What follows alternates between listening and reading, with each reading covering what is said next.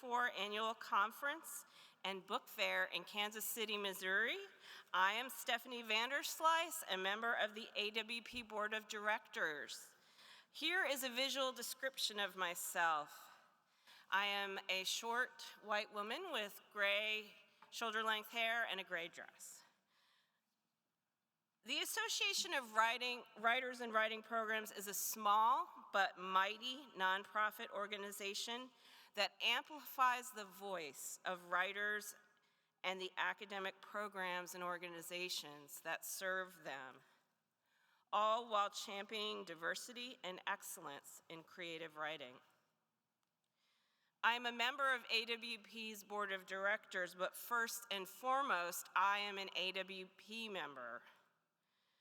Membership with AWP provides me with writing resources year-round, but just as importantly, it allows me to support other writers, especially those who are just starting out.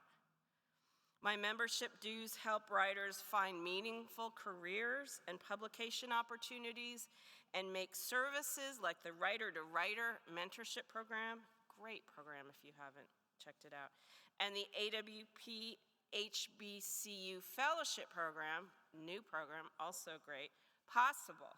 If you aren't already, I invite you to become a member today. We are delighted to bring you this event today. I'd like to acknowledge and thank all the conference sponsors and the literary partner hosting this event, Alice James Books. Our literary partners and sponsors allow AWP to present these extraordinary events and help us keep our conference affordable and accessible.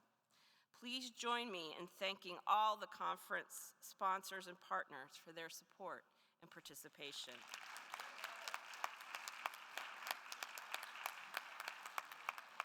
Now, before I start, I just have a little bit of brief housekeeping. Please silence your cell phones. Remember, there's no flash photography during the presentation. Respect, please, seats marked as reserved for attendees with accessibility needs. Please give authors about 10 minutes after the presentation to get to the book signing table before approaching them to have your book signed. Lastly, we ask that you please be aware of your fellow attendees who may have disabilities and help AWP to be more accessible. Specifically, if you see a barrier to accessibility, let us know by calling or texting our accessibility hotline at 240-269-6635. Please also be aware of those with invisible disabilities and do not question someone's use of an accommodation. Thank you. And now it's my great pleasure and honor to welcome Carrie Salerno, who will introduce this fantastic event.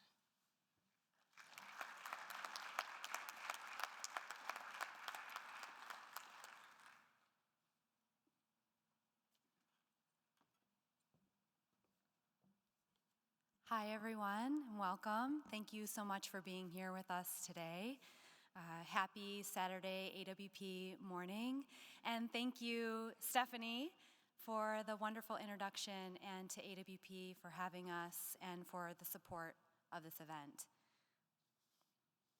So the description of myself, I am a white woman in a pink sweater with hearts and shoulder-length blonde hair, and my pronouns are she and her.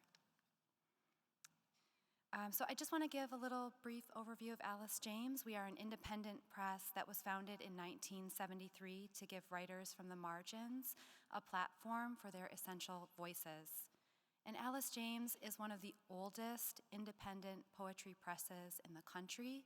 We publish exclusively poetry by a broad range of writers. And I'm just, again, so glad and grateful to be in this room together and to share this event featuring Major Jackson, Brian Turner, and Katie Farris with you all. This event is called Acts of Love, and you'll hear readings by Brian and Katie from their newest AJB books, Brian from his trio of books, The Wild Delight of Wild Things, the Goodbye World poem, and the Dead Peasant's Handbook, and Katie Farris from her debut and memoir-in-poems, Standing in the Forest of Being Alive. Through their candid and tender poems, you'll experience how each of them reaches into the spaces of grief, illness, and the unknown to find connection and deeper understanding of our shared human experiences. Within the unknown, the poets ground themselves in various forms of love. They ask, what can love do for us in times when our foundations are shaken, when our belief in goodness and stability in the world is faltering? And in their poems, they answer, in short, a whole lot. And two, Major Jackson will read poems that meditate deeply on love and spirituality, and he'll open up a conversation with Brian and Katie. He's going to be reading poems from his new collection, Razzle Dazzle, and hopefully all of them will resonate in conversation with each other. In rough waters, acts of love can be our anchor, our stability in the storm, and sometimes arguably love is our one and only anchor, our closest connection to others, ourselves, and humanity. I hope you'll enjoy these poems and the conversation. I think we're in for a real treat, and please join me in welcoming our first reader to the podium, Brian Turner. Thank you.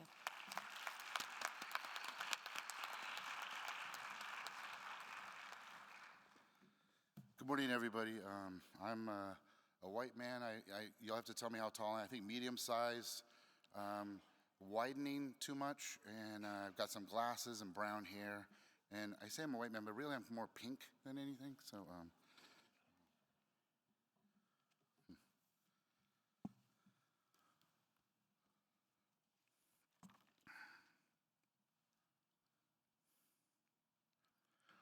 They kiss the bruised flowers in each other's skin. They moan in a sweet friction of muscle and bone. They flare in blue sparks from the tips of their hair.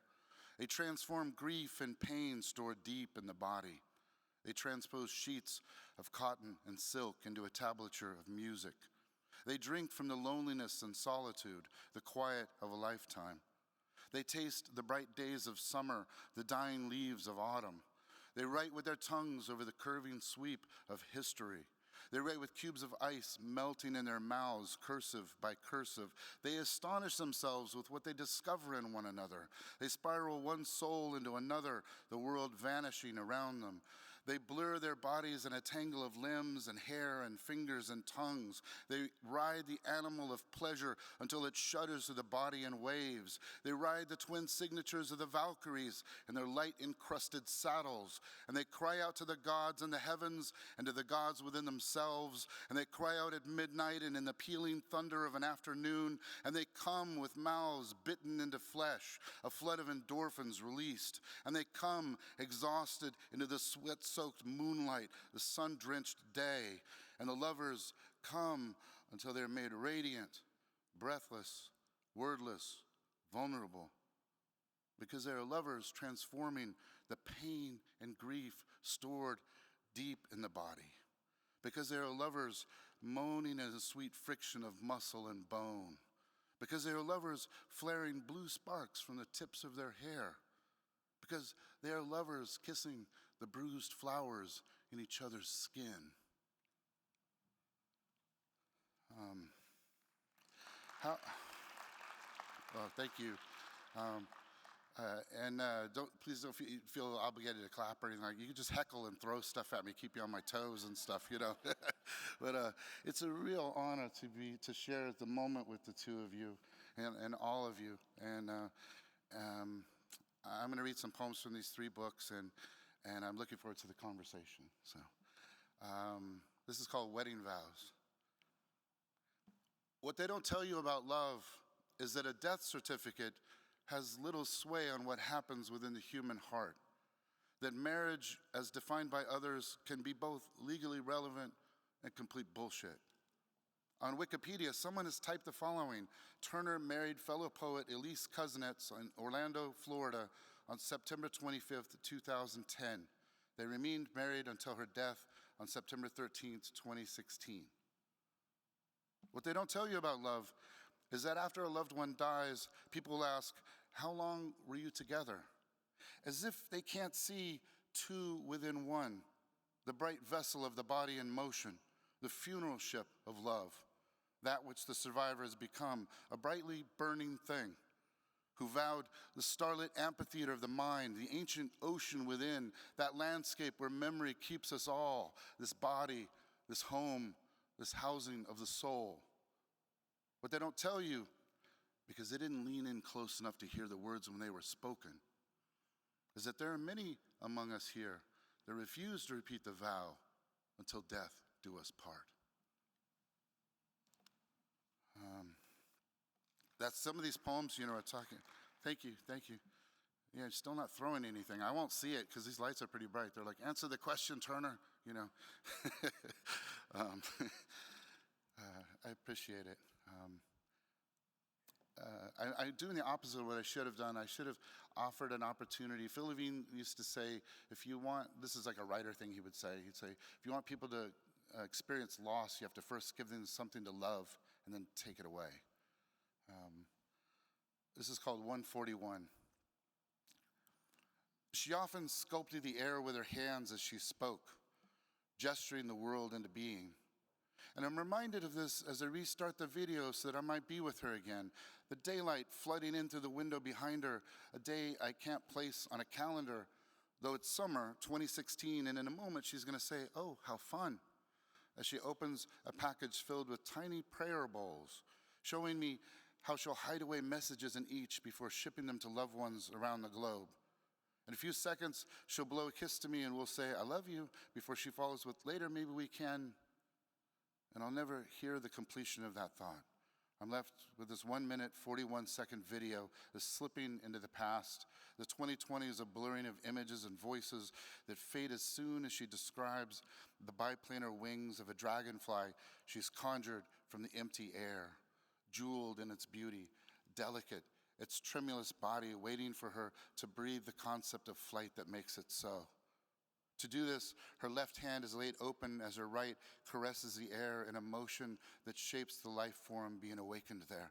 Flower by bird, by lizard, a sweet kind of magic from within the domain of the imagination. Petals unfurl their velvet tongues at her lightest touch. A cat's tail curls its subtle questions into the languid air. Birds sing their way closer to me, whether anyone can hear them or not, while the panting lizards cool themselves in the shadows. I move the cursor, press play again. If only to hear Elise talk about pleasure, to hear her say, it's true, I get so much joy in doing this, and to linger with her there in that brief suspension, her head tilting as if sunlight were pouring into her while she holds an invisible prayer in her fingertips that she will soon place within the bowl of her hand. So I guess, one thing I'm thinking about with those, our loved ones who've crossed over, is how might we be in conversation with the dead? How might they be in conversation with the living? But part of the reason why I'm sharing these poems, and not just writing them in my notebooks for myself, is I used to be selfish with Elise in my lifetime, unfortunately. But now I kind of want you to fall in love with her a little bit. And then she'll be, through the poems, she'll become part of you as well, and you're part of your imagination, part of your memory, if I'm lucky. How y'all doing? Doing okay? Yeah.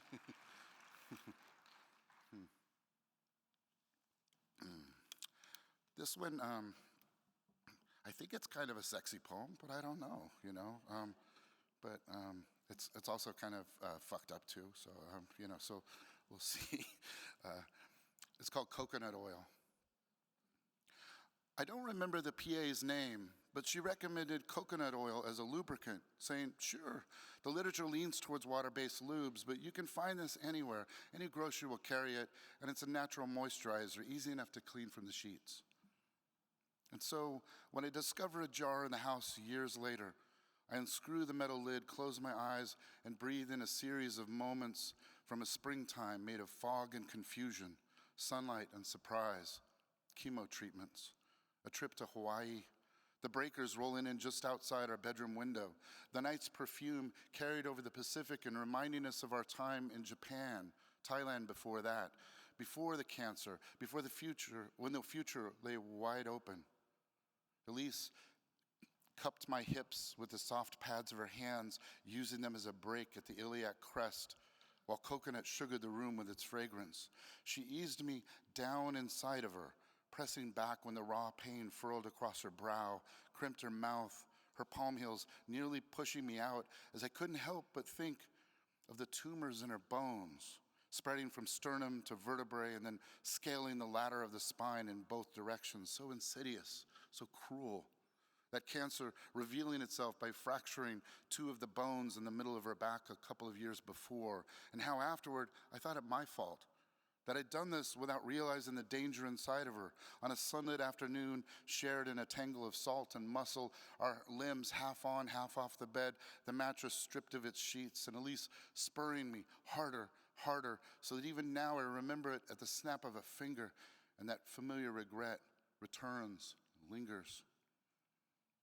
And so I close my eyes and breathe in coconut until the electricity shifts its current, blue and crackling. The calendar flipping through months, seasons of our maroon sheets sliding off the bed.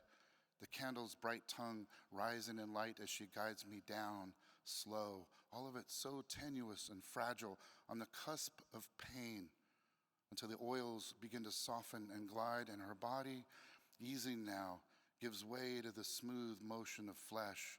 The two of us made one again, made strange and new and ancient and beautiful.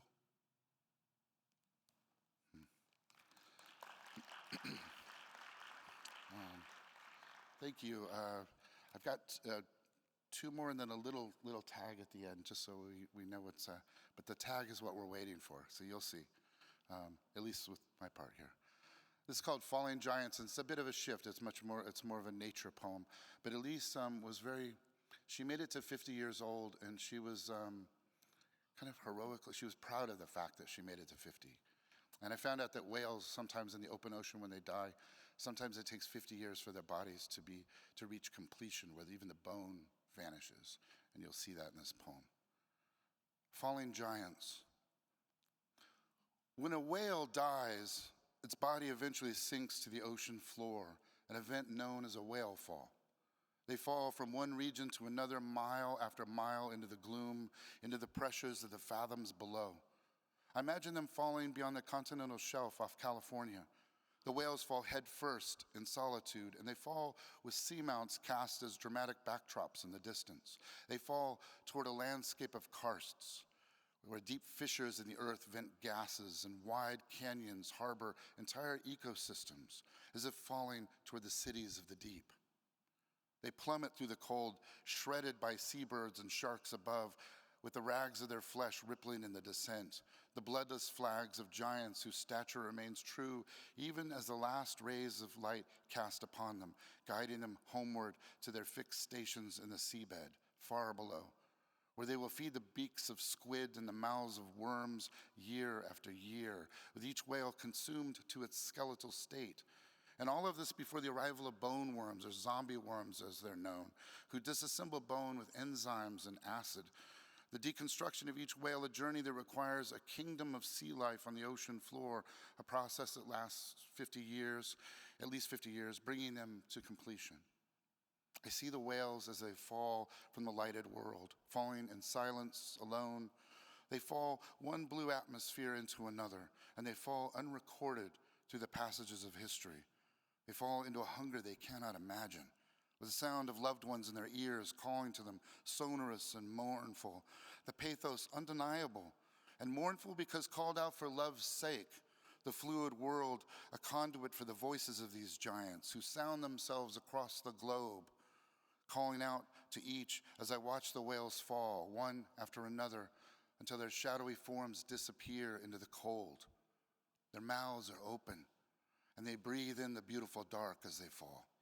They carry the decades of their lives with them, filled with visions of the gunmetal ocean pounded by thunder, charged with lightning and the midnight voltage of a storm far out at sea.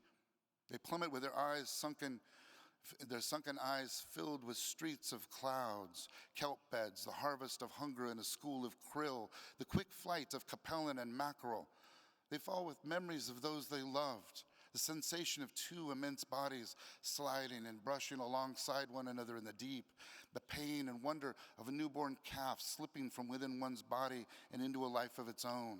And that rush of driving a metallic shoal of fish to the surface and to hunt together, the thrill of breaching the surface to rise to the clear air, that momentary flight into suspension, otherworldly, where they breathe in the oxygen and then carry it down by the lungful into the currents below, holding it inside themselves, pondering over the invisible mystery of it.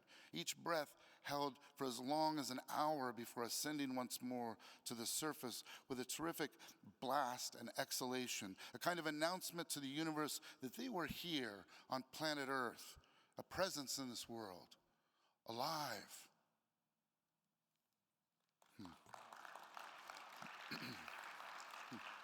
Thank you. And that one, I think there's so much bittersweetness to it. But this one, I think, has some hope. Look to nature for some hope, and let's see what nature might respond with. It's called the Immortals. Bell-shaped and translucent, jellyfish begin their ascent from the ocean floor. They've completed a novel process in the animal kingdom, transdifferentiation. It's a reversal of the biological cycle as we know it. Undoing the narrative arc, tracing birth to adulthood before the inevitable decline and death. The jellyfish upend everything we know about death in flora and fauna. At the cellular level, they grow younger when the time comes to die. They transform backwards into a nascent version of themselves before starting the process over. It doesn't mean they are incapable of dying. It's simply not in their nature. They rise through the midnight dark waters and into bands of sunlight the way thought forms in the subconscious before burning in waves across the neocortex of the human brain. And as they rise fathom by fathom, they become lighter. As each incarnation returns, history unfolds and the world is made new. They rise into the age of agriculture with its domestication of wild grain, with the comprehension of seed to stem to fruit. They witness the emergence of cities, wheels and alphabets and metallurgy, Buddha and Confucius, Jesus and Muhammad, the age of flight and the age of information. The jellyfish descend to regenerate and then rise through it all, limpid and curious, as astronauts step upon the lunar surface and as armies kill each other without cease. Humans turn their thoughts towards Mars and beyond as the jellyfish sink down into the ancient shadow where they have always gone, as if death were a form of sleep, a dream from which they are revived one lifetime to another, cycling through the stages of life as the elastic architecture of their bodies is made strange and new all at once, blooming. Starfields glimmer in the wave tops above. Sunlight scatters at dawn and dusk. The ocean is a silver film of moonlight stilling itself. And through it all, the jellyfish, the immortals. They have come to watch galaxies loosen their spiraling stars as photons shimmer on the interstellar breeze. They are steeped in time. They have learned to reinvent themselves in defiance of the body's undoing. They rise from their own deaths. They rise from the bottom of the sea. Soft bells, diaphanous and fine, the universe offers them wonder, and they gather in their multitudes to take it all in.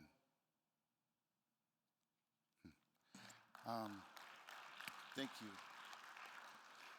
And if you forget all those poems, totally cool, but I hope you don't forget this next one is the one that I'm here for, to be a part of the conversation. I'm so thirsty, which is not fair because none of you have water, I don't think, so I could just enjoy it up here while you're like, I'm thirsty too. This is a poem that Elise wrote. It's called Love Poem. She loved biology and science, and so there's a lot of names in the beginning of this that are parts of our bodies that were very new to me when I first read the poem, and I think it shows also her love of language itself and each word on its own. It's called Love Poem. I will be the invisible full moon filling your crescent of Giannuzzi, the gondola gliding through your canal of Gougier. I will be the protractor that figures your angle of Ludwig, the compass arm drawn to your areas of Konheim. I will claim that your pyramids of Malpighi drink from your cistern of Piquet. I will stroke your philtrum and fill your antrim of Highmore with sweet scent. I will love each tract, column, and convolution of your body, your 70,000 miles of blood vessels, which end to end would form a rope encircling the earth. Your heart that beats 100,000 times a day, then Moore's restive word each night to me. So if we clap, let's clap for Elise here, huh? And for my friends who are about to come.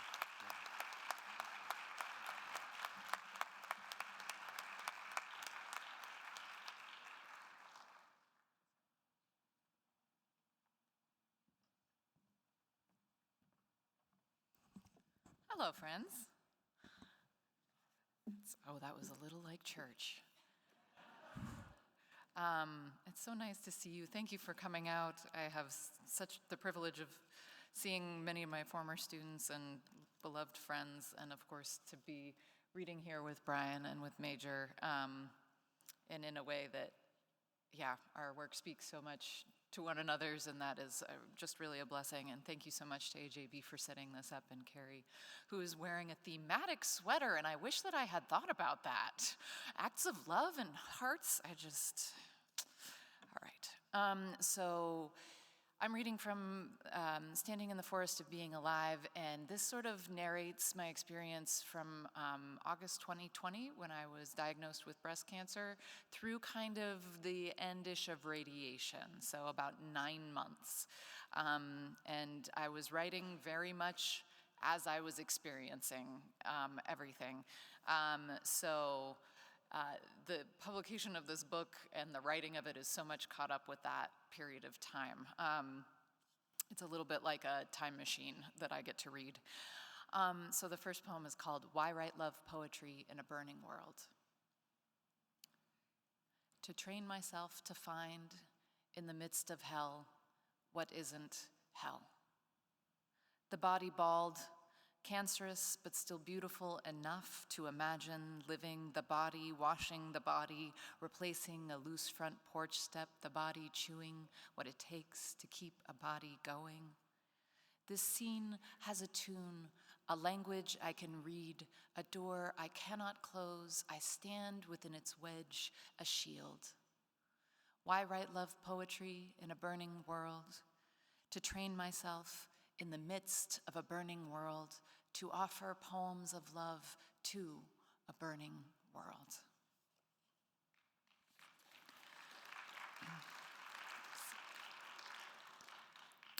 This is called Tell It Slant. And the word spiculated is a doctory word for spiky. You do that much education, you get to add extra syllables to things. And of course, it was Emily Dickinson who said, tell the truth, but tell it slant, right? You float in the MRI gloam, several spiculated masses. I name you cactus, carcinoma be damned. You make a desert of all of me. Have I said it slant enough? Here's a shot between the eyes. 6 days before my 37th birthday, a stranger called and said, you have cancer, unfortunately, and then hung up the phone. I had the trippy, unimaginable privilege of having an op-ed published in the New York Times right before this book came out.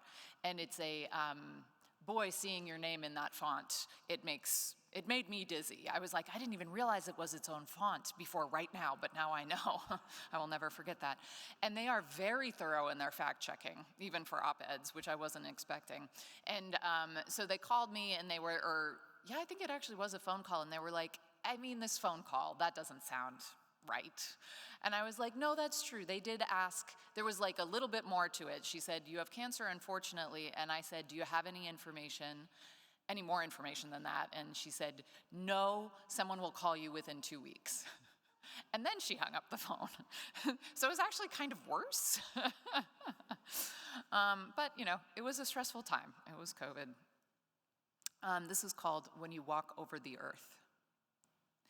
When you walk over the earth, it asserts itself. Here, here, here, it says to your feet. You must reckon with the earth, though it enters you less and less. The sky always has its hands in you, as if you were a puppet, through your ears, down your throat, into your lungs, and with the tips of its fingers, it caresses every capillary, each blood cell, until they blush. This is called Rachel's Chair. It's one of the weird things when you put a book out into the world, how it becomes the possession of others, right? It's not yours, or certainly not solely yours anymore. And this is a poem that I kind of felt about, and I was considering cutting it, and I was told, no, you may not cut this poem. And since then, it's sort of one of the most frequently quoted or excerpted poems from the book, and it's just so interesting to see how things take on a life of their own outside of you, isn't it? So this is Rachel's Chair. Once, many years ago, we made love at a friend's house.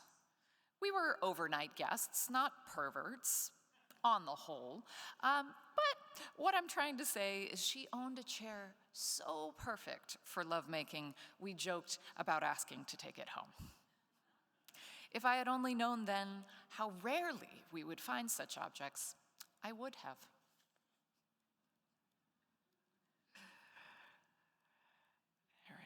For some reason, I did this out of order. This is called In the Event of My Death. So this, the cover of the book is, I get asked pretty frequently, and it is sort of my scrawny, freckled arm and my braid on the front. So if you can imagine, it's hard for me to imagine this anymore, that I used to have a braid that went down to about my elbow. That is the opening image of this poem, In the Event of My Death. What used to be a rope descending my vertebrae to the basement of my spine grows thin. In solidarity with my first chemotherapy, our cat leaves her whiskers on the hardwood floor. I gather them, each pure white parenthesis, and plant them in the throat of the earth. In quarantine, I learned to trim your barbarian hair. Now it stands always on end, a salute to my superior Barbary skills. In the event of my death, promise you will find my heavy braid and bury it. I will need a rope to let me down into the earth. I've hidden others strategically around the globe, a net to catch my body in its weaving.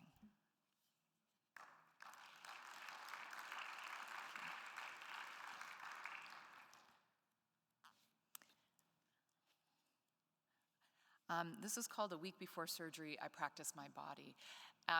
This one has a long gloss, though it is a short poem.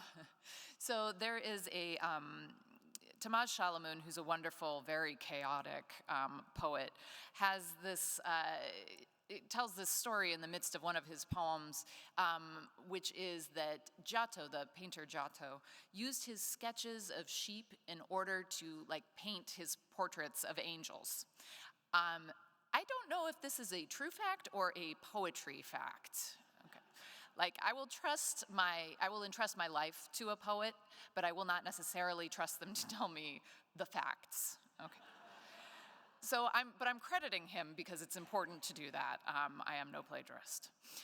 Secondly, Jonah was a prophet of God, and he did not like the gig. It was pretty dark at that time, so he tried to run away, and he got on a boat, and then there was a terrible storm, and he got knocked overboard, and he got swallowed by a whale, like happens. Actually, there was a news story about a guy who got swallowed by a whale a couple of years ago, which I'll never forget. Anyway, so as he was in there, he rethought his life choices and got vomited back out again and became a prophet.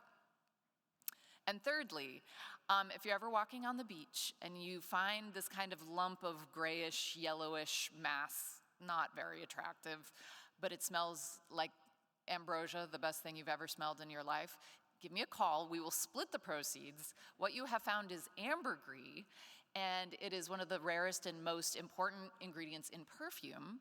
It also happens to be whale vomit. And that's a real fact, not a poetry fact. And I love that we both have whale poems in this, so that's fun. Okay. A week before surgery, I practiced my body. Like Giotto's angels, sketched from his studies of sheep, I open the jaws of my back to the sky, eating my body deeper into this blue, like Jonah vomited from the whale, fragrant as ambergris, or plain as any woman who, a week before mastectomy, practices being opened. Thank you.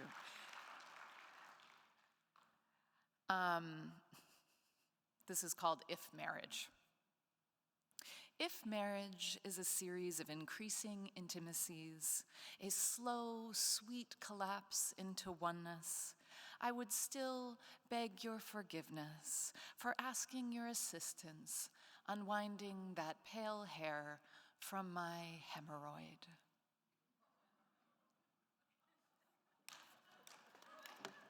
That's it. There's just not enough hemorrhoids in poems. I'm doing my best.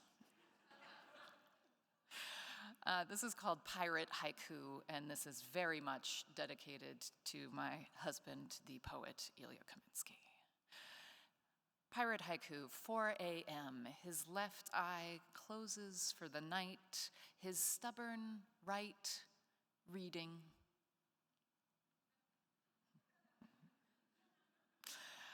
I'm going to skip one poem here. Yes, okay. This is called To the God of Radiation. And this is sort of at the very end of kind of the traditional trilogy of breast cancer treatment: chemotherapy, mastectomy, and radiation, the order that it went in for me. I was in the last 3 days of radiation treatment, which is every day for 30 days except for weekends. And I thought I was almost done, and then my radiation oncologist showed up unexpectedly in the radiation room, and I was like, oh, this is not good. And she was like, there's this little bit of thing on your scan, and it could be cancer, and it could just be inflammation. And we can give you more radiation or not. If you do more radiation, it's going to pass through every muscle and nerve in your shoulder. And because I'd already had nerve damage from my mastectomy, she said, it is going to provide you with some kind of difficulty in life. I can't tell you if it's just going to be stiffness and occasional pain, or it could feel like your arm is burning every day for the rest of your life, basically. I really had to push her on that to be like, what's the worst case scenario? And she was like, well, I guess. And it could happen immediately after surgery, and it could happen 20 years down the line. And unfortunately, we don't know enough about it to tell you what it's going to be. And if you choose not to get the radiation, which is a reasonable choice, and it does turn out to be cancer, we can't perform surgery anymore because your skin is too fragile. I can't do chemo anymore because my heart was damaged by the chemotherapy. And I can't do any more radiation because I'd reached my lifetime amount. You can do, I think it's 60 grays over the course of your life or something like that. So basically at that point it would be untreatable. What do you want to do? So this is a poem about me trying to make that choice. It's called To the God of Radiation. Given the unexpected choice between uncertain death and certain damage, I find in the mirror a woman, breastless, burned, who in an advisory capacity asks, how much do you want to live? Enough? O God of radiation, let your light like a ship pass through me, your radiance exposing what's inside me like film a god takes. But must you clatter the eaves of my scapula, scurry the grasshopper nest of my heart, scythe my nerves and cobweb my muscles to the rungs of my ribs? How much more can one body take? Enough. Light every deadly cell like a wick, burning in the paper lantern of my chest. My chest, a thing so ephemeral, yet held so firmly in your fist. And finally, this is what would root. There are black squirrels, in case you've never seen one. I promise I'm not making that up. Penstemon are these beautiful wildflowers that are also called beard tongues, which has got to be one of the best words in the English language. And finally, Emily Dickinson, who continues to haunt this book, said that she knew something was a poem if she felt the top of her head come off. What would root? Walking through a cathedral of oak trees and bristlecone pines, scolded by squirrels in their priestly black, their white collars wagging with the force of their scolding, I was struck simultaneously in both eyes by some kind of flying detritus, pollen or seeds, and stopped to lean against a rock to scrub it, I thought, away. It was May, it was May, it was May, and the air was sweet with pine and island mountain lilac. The squirrels, I mentioned them already, etc., and the lizards ran down the spines of rocks like a bad feeling. I could hear everything. A red-headed woodpecker who was not offended, I did not know his name, and the little red-headed hummingbirds dipped their beaks into the little red hoods of penstemon, and I, a redhead, could hear everything. Everything smelled green. It was all green, really. Even the red was anti-green. And though my eyes ached from everything seeing, I could taste the granite in the spring. Oh yes, I drank water from the ground. I was wild even then, though the squirrels scolded me and tried to convince me I was not. Soon I crested a rise. The land spread itself greenly for me, and I wished I had seed to toss into that green just to see what would root.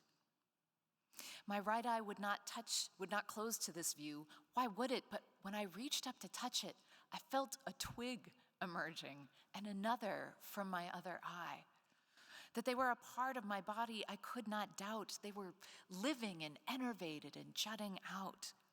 I sat down, feeling the hairs on the back of my neck, understanding for the first time they were not hairs, but roots. Everything. It was all green. The roots in my skull shifted, and I lay down beneath my own branches. I had to wiggle a bit to find a place to lay my head. The rock was very hard, and I needed softer ground. Yes, a place for the top of my head to come off, to nuzzle into the earth, to drink. Thank you.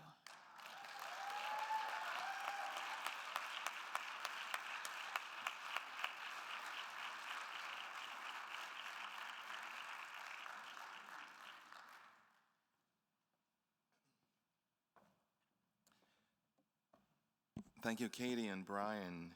What a pleasure to read with you both and to facilitate a conversation in a second.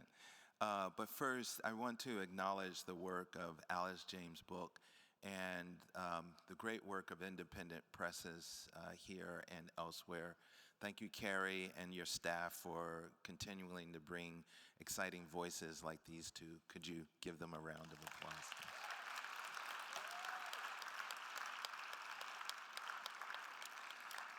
Last night, I jokingly at an off-site reading announced that I don't write love poems and then read one. And the joke, of course, is that my corpus is just saturated with all kinds of regard and affection and love, both romantic and agape is huge, and paternal love. It's just deep in my work, something I didn't realize until putting together a series of poems for my new and selected. This is called Lovesick. First, you will need to cross some dark threshold. I suggest lying on your back in a pasture of cut ryegrass or in a city park. I suggest planting an arm behind your head. You have inherited acres of a night sky, and she is your aurora borealis. And though you cannot see the world's wild shadows, here she will be, nacreous, grace wavering in bands of blue-green light, ribbons of gold neon swimming beneath skin. You will want to write a long letter to your dead. You will encounter her mind as a kind of iridescent song, heroic and dense. You will feel fetched as though from some polluted river.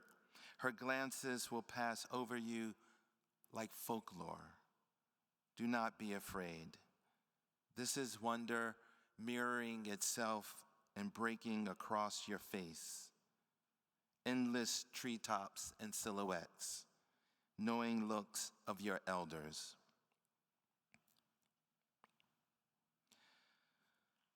Ode to everything, because you have to write an ode. Why choose one thing? Ode to everything. Somehow, I have never thought to thank the ice cream cone for building a paradise in my mouth.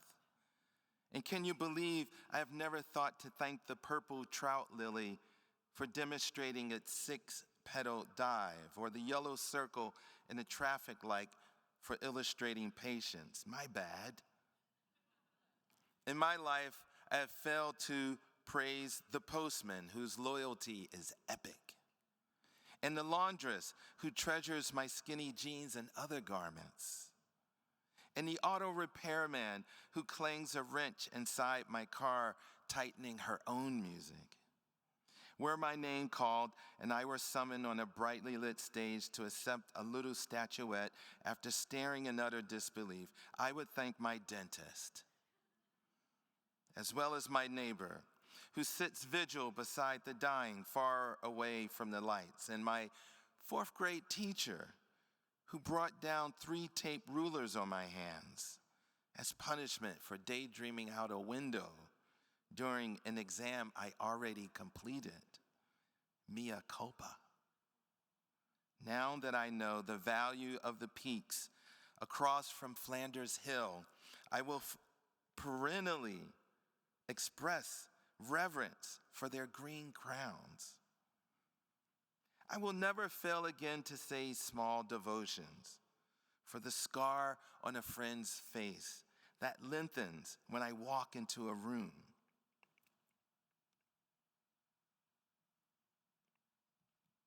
On listening, if you could listen to my thumbs, then you'd hear the history of oranges. And if you borrowed your neighbor's corkscrew, you'd hear all her sorrows.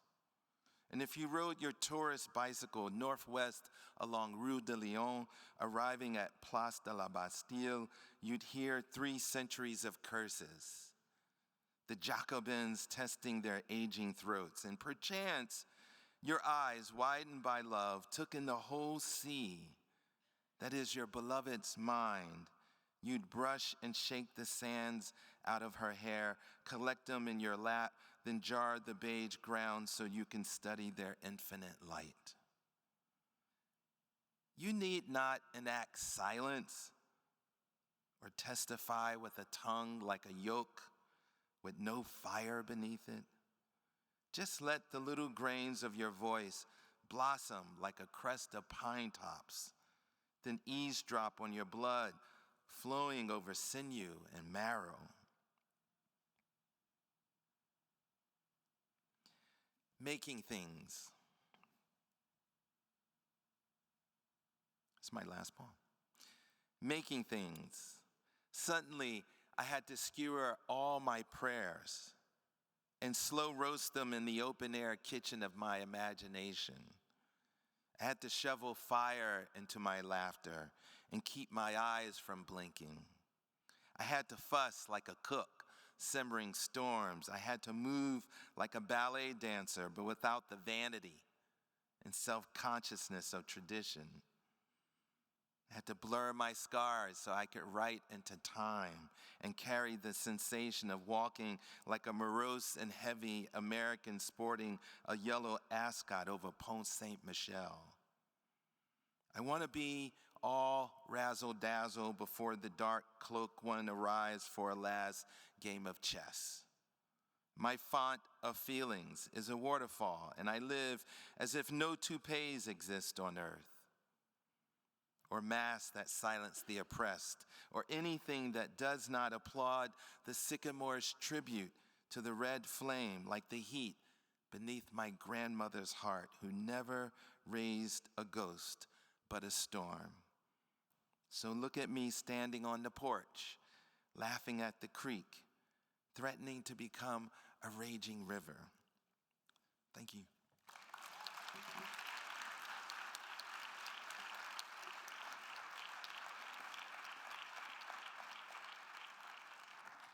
Are your mics working?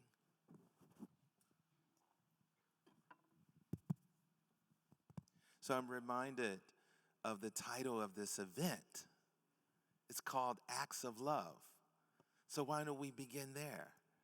What was your most recent act of love? What a great I question. think it was hugging you before we came Oh, up. right there? Yeah. I felt like I'm not, is that on? Yeah, it is on. Okay, great. What was my most recent act of love? Boy, I think I was just sitting here being overwhelmed and loving poems. I mean, that sounds very cheesy, but truly, it activates. You know, poetry activates my heart. Yeah. Could you drill down on that? Like what exactly? I was thinking about the first poem that you read, which was one of my favorites of yours, which has the word iridescence in it, and aurora borealis, which is one of my favorite things in the world, and the resonance between those two things that live so far apart from each other in the poem, but how they echo back and forth, and how when imagery rhymes as well as when words sonically rhyme, but they imagistically rhyme, how that is an act of love. They are a couple. They do relate to one another. It is an intimacy, and poetry can build intimacy, imagistically and sonically in ways that you can't do with any other form, right? You can't do that. It's harder to do that in a novel. You've got a lot more space to cover. Mm-hmm. I don't know, that the incredible way that you can create connections on multiple levels to me seems like an act of love that poetry just is. Yeah. I wanted to ask a light question before I ask this heavy question. One that took me about 2 hours to pull together. So do you mind if I read it? Please. Thank you. So quite famously, writing about her own journey, Susan Sontag, in Illness as Metaphor, wrote, "It seems unimaginable to aestheticize disease, particularly cancer.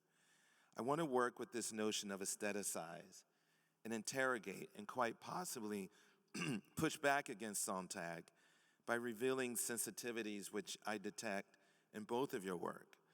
I sense you both not so much rendering the body suffering as beautiful, but in your poems preserving the miracle that is sensation." And I think this dovetails with what you just said, which if there's any claim that renders us vulnerable, it is the attack on our ability to feel through our bodies. Brian, many of your poems return us to intimate moments of connection with Elise quite viscerally. In Katie, the physical world tethers you in such poems as Rachel's Chair and The Will, such that not only do you preserve the sensation, but it becomes a pathway to astonishment. Does it resonate with you that your poem serves as a record of your connection to the physical world that safeguards human experience? Might you both speak about Sontag's forewarning about aestheticizing suffering or aestheticizing disease? I'll try. Yeah, seriously. No, seriously, actually. Ready? 1, 2, 3. Yeah, no, yeah. We didn't do 1, 2, 3. One, two, 1, 2, 3. 1, 2, 3. 1, 2, 3. Oh God, we're. 1, 2, 3. Why do we have the same thoughts? Okay, fine. I think I've used that time to think about maybe what I can say. I just played Rochambeau with Brian Turner next to Major Jackson, so my AWP is great, actually. Okay, that's a really powerful quote, and for some reason, as soon as you said it, like almost in response, I got Audre Lorde's image of all the women who've had mastectomies taking their shirts off and walking to the Capitol and making people see the effects of choices that we make every day, and businesses make on our behalf, and corporations make on our behalf, and the incidence of cancer, even though deaths are going on down, the incidence of cancer is going up. And there is no such thing as a good cancer. Even if you don't die from cancer, cancer is devastating. It is environmentally devastating. Cyclophosphamide, which was one of my cancer drugs, is literally nerve gas that got pumped into my heart. Okay, and it is a rebellion, I think, to show the aesthetics of cancer, even though it is not, because it is not beautiful. You know, it is to show a human being in all their aspects, including the suffering that is created, it's a terrifying prospect as an artist, because there are so many ways to do it wrong, and I did it wrong many, many ways. But I think the attempt is important rather than to hide it away, which, I mean, to be fair, Sontag was not advocating, hiding anything, but I think instead about putting it before our eyes and trying to do it in a way that is loving, but still unescapable. I kind of just want to linger there for a moment, yeah. I was thinking of being in the hospital. There was about a month left before Elise crossed over, and we were sitting there, and the oncologist didn't come out. She was a phenomenal oncologist, such a great heart and brilliant mind, and so kind to both of us, and especially to Elise. But she didn't come for that last conversation, and she had her PA come out and talk to us, which is okay. But and then we were sitting in this hallway with that tile that just like reflects all that fake light, and then there's hallways, and you can hear people's feet sort of echoing down it. And we had these like plastic chairs with metal like legs and stuff, and so Elise is holding my hand, we're holding each other's hand, and the PA is trying to tell her, this is it, maybe you'll make it towards Christmas, but she didn't realize that she was Jewish, but she said, you maybe make it till Christmas, but that's unlikely, probably about a month or so, which was true. And Elise was gripping my hand the whole time, and she said, "No, I've got too much work to do."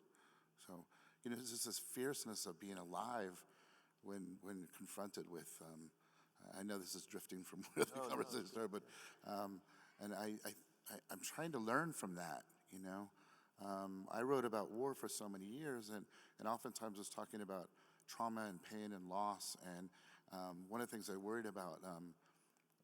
Pain and the aesthetics of pain, or just what many of us might do is sort of circle and get sort of in this vortex. We're sort of stuck in it. We don't write our way or find our way through it.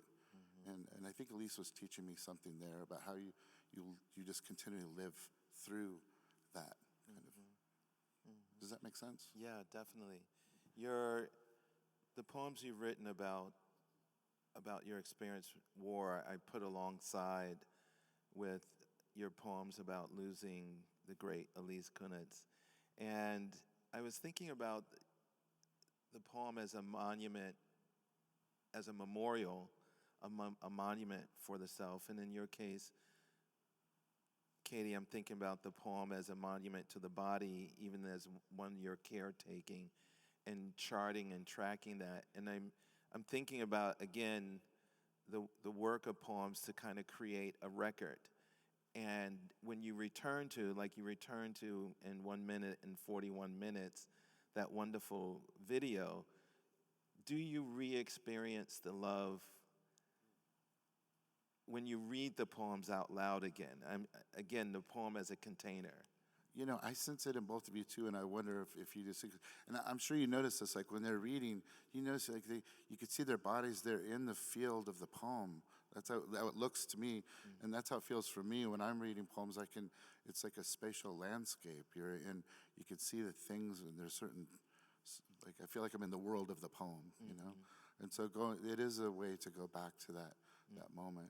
And in sharing with others, my hope is that they might see Elise put her right hand or left hand out and start shaping these different creatures and breathe in the life into the air with them. And there's kind of a magic of the whole process. And this is drifting probably too far, but like we breathe in the invisible, and then our bodies are the instruments, and then we breathe out the invisible, and then somehow we receive it from others when they share the poems in the air, and then our imaginations, we create this world inside of ourselves, and then we meet people and fall in love with them, are moved and have losses or survive and live, and it's just the whole thing is completely magical. And I sometimes, like, you can read books of literary theory and start getting in and be like, okay, yes, this is blah blah blah, but like, so, wait, shit, like the very first thing is magic, and it's just this crazy thing that I don't fully understand at all, but I'm addicted to, you know. I definitely went far away from where we started with that. No. Can I ask, does the grief, when you're writing the poems, writing elegies, in a way where, as you said, writing through that particular grief, and I know it never goes away. How does your relationship to the poems change as a result of time? I think for me, these are still very new poems for me. And I think it's going to take me a long time. So if we circle back to that question about 20 years from now, maybe, or 15 or something, I think I'll have a different relationship to them. I've found that telling stories through poems and sharing these things over time, if I look back at poems I've written earlier in my life, that it took a long time for that to start to have a kind of change that I could noticeably feel. And where some poems I wouldn't share with others as much because they'd kind of done their work in the body, if that makes sense. Yeah. It's a really good question. I think that on the one hand, you know, I finished up Radiation in May 2021, which is now almost 3 years ago. And yet, so much because of the nature of my cancer too, I'm still in treatment. You know, I'm waiting on some nerve-wracking test results right now. So it's like there's a way that it's behind me, but there's also a way that it still feels very much in front of me. And I think I have almost sort of a similar answer to Brian, in a sense that, like, maybe at a certain, I look forward to not feeling so intimately connected to these poems, to feeling like they're less relevant now, but unfortunately they still feel very, not entirely unfortunately, I will say. There is something about feeling, mortality is an incredible motivator, right? And it's an incredible refiner, and it's an incredible way to really readjust your priorities and make sure you're focused on what matters. And so there are also, I don't want to say it's only devastation. It's not like that at all. But they do still feel very present. Yeah. One aspect of your work that I don't see you ever pushing yourself against is your strong sense of humor, and also eros as a galvanizing force. How do you press toward desire and love in the face of emotional and physical suffering? And in a way, you're modeling that for those of us who might be going through a similar experience. Thank you. I hope that is true. I think that practice is the answer fundamentally to that. It is, of course, with a poem, you have the advantage of editing all of the ranting and the crying and the complaining and all that stuff that is so much a part of the thing. You know what I mean? I did know that one of the things I wanted to do in the book was to have something that was as true and honest to the experience as it could be, and yet I desperately wanted and needed for myself to find something meaningful about the experience, and to be able to, as much as possible, pass that forward to other people and make it palatable. Like my shtick now when people are like, oh, what are your poems about? And I'm like, well, cancer, but it's funny and sexy. So, but it's exactly trying to find that place, where you can be simultaneously suffering and finding joy or laughing, and not only in the cynical way, although yes, definitely in the cynical way as well, to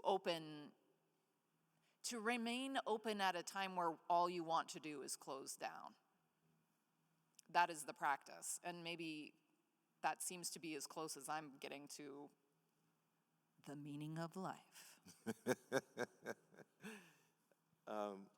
In writing about Elise and in writing about your own journey, both of you delicately negotiate the language of science with the demand that poetry not devolve purely into prose. Was that an active part of your writing process, to kind of steer away from language that A, might be overly familiar, and B, just a little too scientific-y?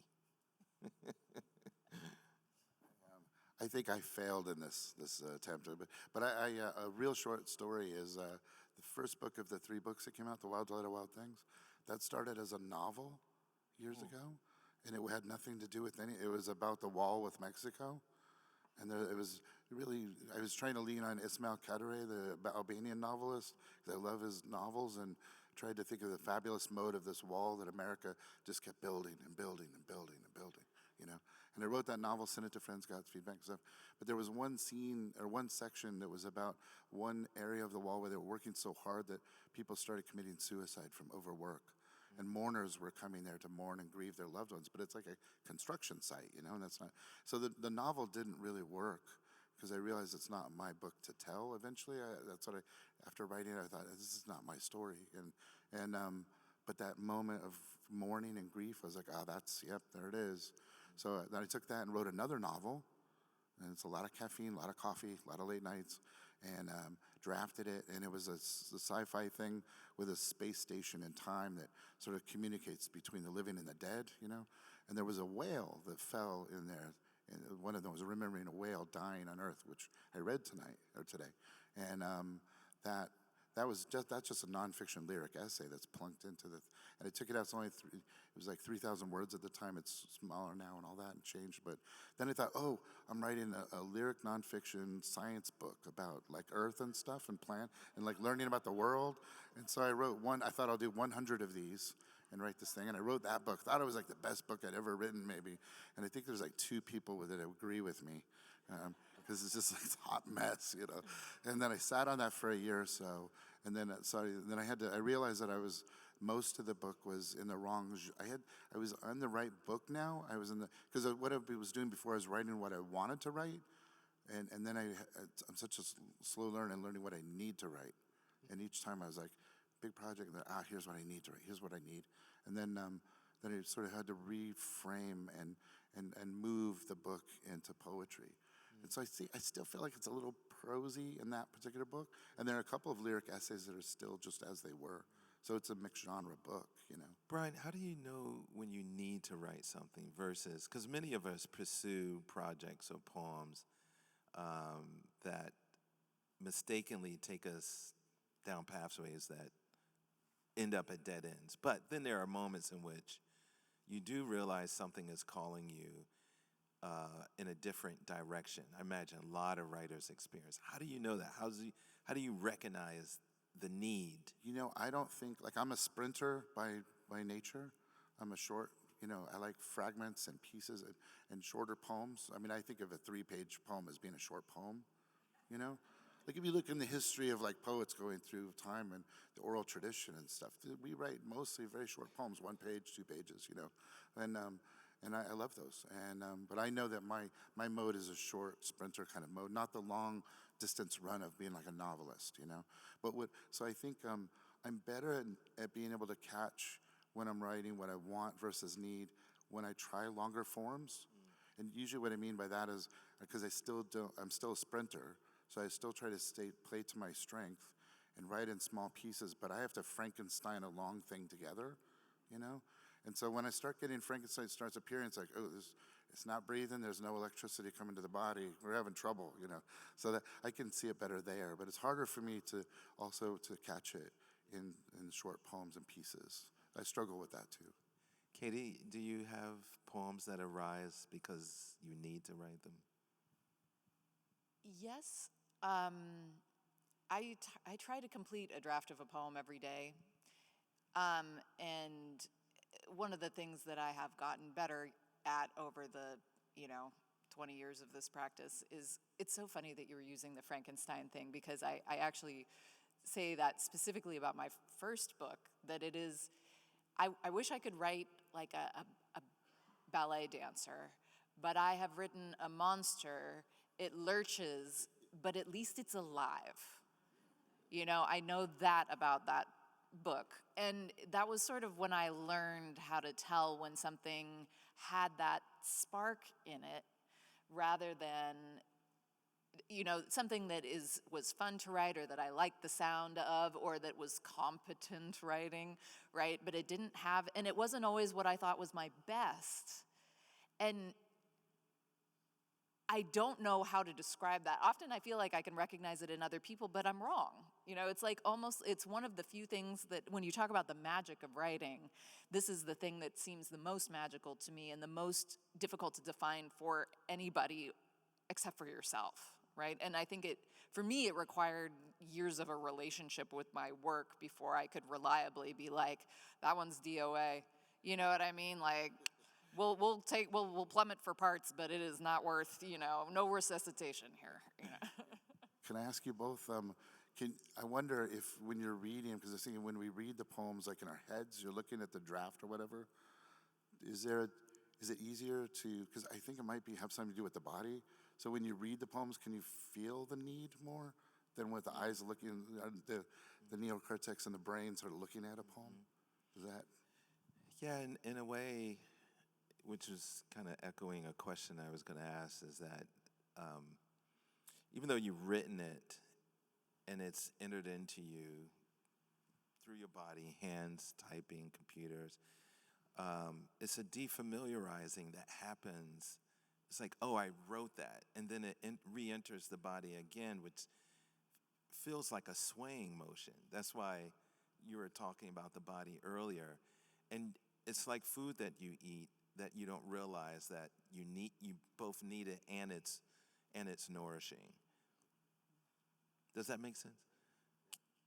I like that it's a swaying motion. For me, and I write my poems by hand, and every part of it is out loud. It's really obnoxious, actually. I'm just sitting there mumbling, and there's often a lot of hand gestures at the same time. It's very intense, which is why I have to be alone for this to happen. There is no coffee shop writing for me. But the way I feel it very clearly is a clearness of speaking that goes from the xiphoid process, fun words, right, all the way through my throat, and it feels clean like singing. And that's how I know, that's the bodily sensation of it. It feels clean like singing. I'm going to... Yeah, take it, run with it, I want to know. Brian, Katie, and Major, this has been a true act of love, and we really deeply appreciate you, your readings today, your conversations. Thank you all so much. Can we give a round of applause?